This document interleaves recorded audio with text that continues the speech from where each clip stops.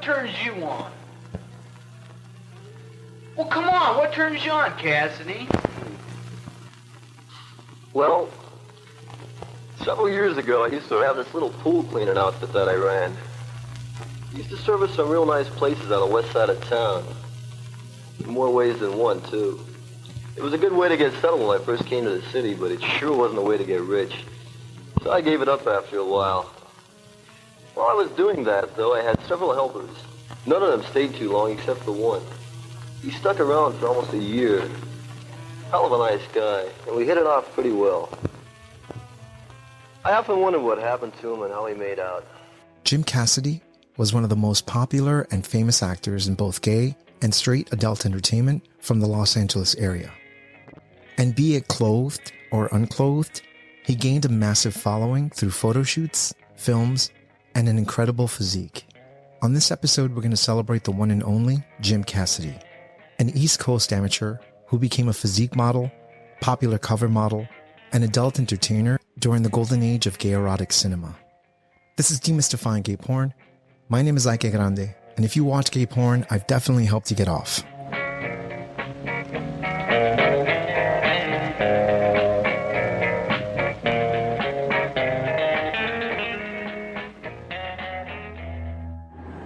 I'm Jim Cassidy of Signature Films.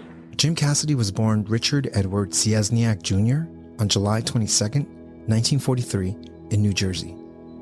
He was raised in Lackawanna County, Pennsylvania. Cassidy was raised in a Roman Catholic family and remembered his childhood fondly, climbing trees and running around in the woods. At 14, inspired by actor Steve Reeves, Cassidy pursued an interest in professional bodybuilding, lifting weights, and participating in sports. One of the memories Cassidy had was an interest in pornography at a very early age when he found 2 erotic films his uncle hid in his bar. In an interview, Cassidy said he took them home and ran them until they fell apart. Cassidy wasn't aroused in what he was watching. He was more interested in the way the models appearing in the film would act. What made people act in them? How are these films made? Cassidy would watch for bloopers and inconsistencies, or when a model would look to the side for direction, not knowing that one day he would be on that side of the camera. I can't wait to see our names up there right on the screen, right? Let's see them. After graduating high school, Cassidy enlisted in the Navy, and after 2 years, returned to Pennsylvania before beginning his modeling career. In 1970, Cassidy would meet Pat Rocco, who told him to participate in the Groovy Guy contest. Cassidy would come in 3rd place, but became more popular than the 1st and 2nd place contestants. Rocco would ask Cassidy what his stage name would be, to which he replied, Butch Cassidy. That would immediately be shut down by Rocco and go with the name Jim Cassidy, or Rick Cassidy. Cassidy would make his screen debut in Mondo Rocco, a documentary by Rocco.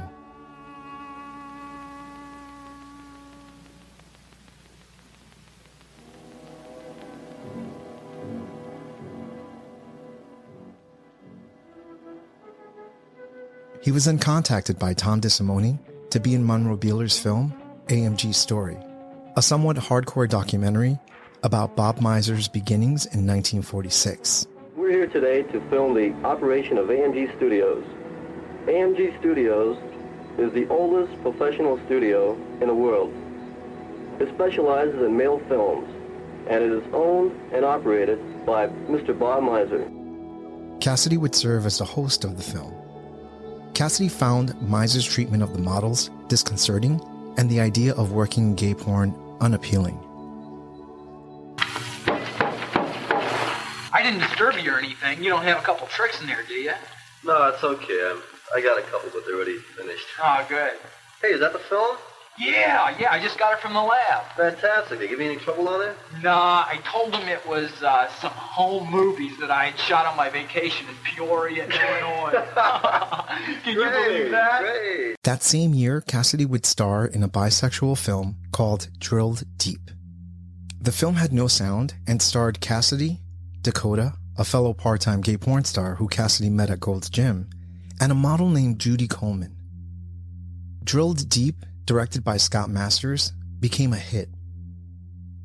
Cassidy and Dakota would go on to work together in 2 more loops and a number of photo shoots.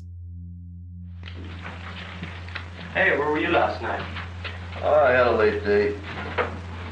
Why, did you miss me? Yeah, go to hell. Who the fuck can that be? Come in. Hey, look who it is. Cassidy appeared in several straight and gay films during the first half of the 1970s, mostly straight, and tried his hand at producing and editing as well. His straight films were under the name Rick Cassidy. Unlikely the slight name change fooled anyone, but in that pre-AIDS era, at the end of the swinging 60s, crossover between straight and gay porn was quite common and not much commented on. In the summer of 1974, he appeared on the stage at the Hollywood Center Theater in a production of Tub Strip, directed by Jerry Douglas and co-starring Casey Donovan. He would be replaced halfway through the run.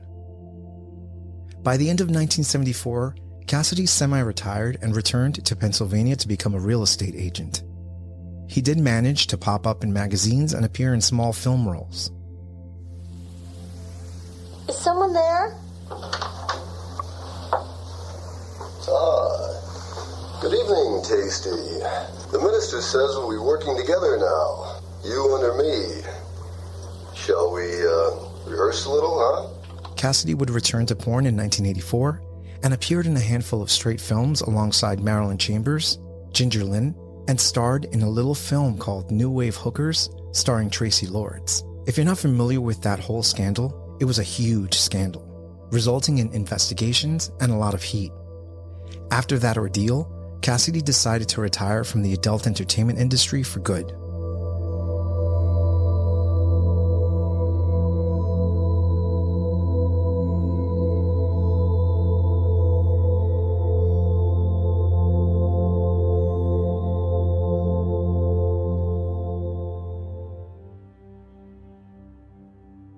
Cassidy moved back to Pennsylvania and continued his work as a real estate agent.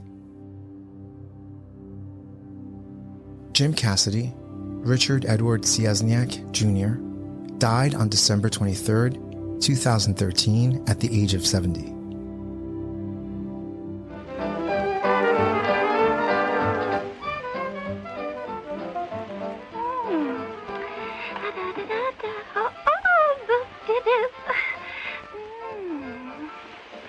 Get a load of that lifeguard. Cassidy never really wanted to be in films. They would just come his way. He would get a phone call and work out a deal. All of his contracts were verbal since at the time making these films were illegal. I've asked you to stay because, well, I have hopes for you. Yes, out of all my senior year students, you're the only one that has any aptitude to become a champion. What I thought we'd do would be to run through some of the basics, limber up, and generally get to know each other. He preferred softcore films because it was more acting, but they were way harder to come by. Cassidy appeared in around 100 adult features and sex loops in total, plus made the occasional non-adult film appearance. Interviews and articles after his career do not exist. However, we can only hope Cassidy would have seen the appreciation for his contributions to the adult entertainment industry from his adoring fans. Boy, I think this guy should get star billing for this number. What do you think? That's for sure. You've been watching Demystifying Gay Porn. I'm your host, Ike Grande. Demystifying Gay Porn can be found on every podcast directory as well as YouTube. Demystifying Gay Porn is on X, Facebook, Instagram, Substack, Threads. And if you like what you're watching or listening to and want to be a part of the process, head over to patreon.com/demystifying gay porn, where you can support this podcast and YouTube channel, and I can continue making content like you've just enjoyed. As always, don't forget to subscribe, give this video a like, leave a comment, and let me know what else you'd like me to cover. This is Demystifying Gay Porn. My name is Ike Grande, and if you watch gay porn, I've definitely helped you get off.